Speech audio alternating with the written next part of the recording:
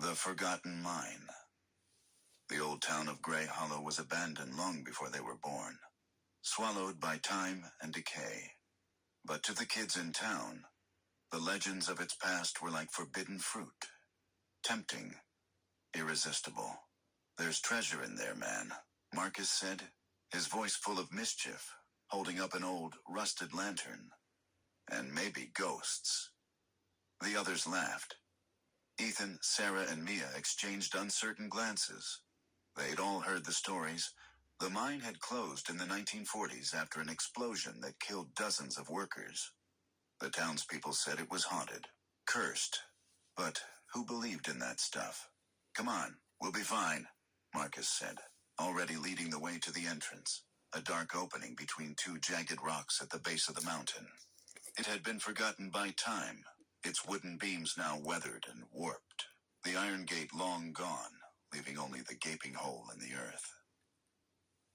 The four kids stepped inside, the cool air heavy with the smell of damp wood and dust.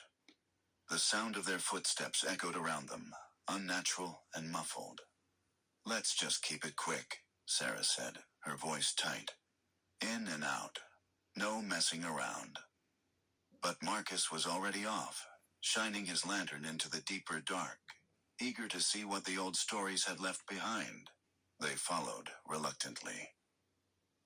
The walls of the mine were narrow, the air thicker with each step. The deeper they went, the more oppressive it felt, like something was watching. The sound of their voices seemed to fade, swallowed by the darkness.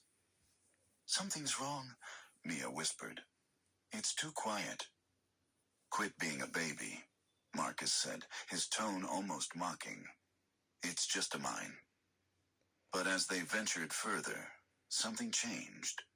The floor beneath their feet grew uneven, the tunnel winding in strange directions, and then, in the flickering lantern light, they saw it. A set of old tracks, rusted and bent, leading into a chamber ahead. "Let's see what's down there," Marcus said, the excitement in his voice making it clear he wasn't going to stop. The others exchanged hesitant glances, but they followed. The chamber opened wide, a dark cavern with crumbling wooden supports hanging overhead. The air was thick with the scent of something rotting, but it wasn't the walls or the floor that drew their attention. It was the sounds. Whispers. Soft at first, then growing louder. Too faint to understand, but unmistakably there. "Do you hear that?" Ethan asked, his voice strained. "It sounds like people." "Shut up," Marcus hissed, his face pale. "It's just the wind." But the whispering didn't stop. It followed them, no matter where they moved. And then, bang. A sound like something heavy being dropped onto the ground. "Get out of here," Sarah said, fear creeping into her voice. "Now." They turned to leave, but the path they had come from was no longer the same. The tunnel had shifted. What had been a straight shot to the entrance was now a winding maze of corridors, impossible to navigate. Panic set in. "Where's the exit?" Mia shouted.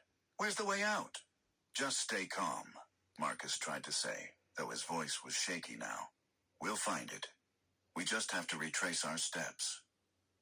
But as they moved deeper, the whispers grew louder, clearer, angrier. The air became thicker, suffocating. Their lantern flickered. It was running out of oil. And then they saw it. In the flickering light, a figure stood at the end of the tunnel. Pale, hollow eyes, its mouth twisted in a grotesque grin. "Run!" Sarah screamed, her voice breaking. They turned and fled.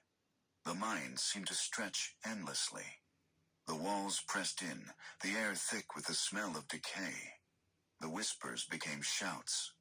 The figure followed them, always just out of reach, always closer than before. Suddenly, the ground shook beneath their feet. The mine groaned like it was alive.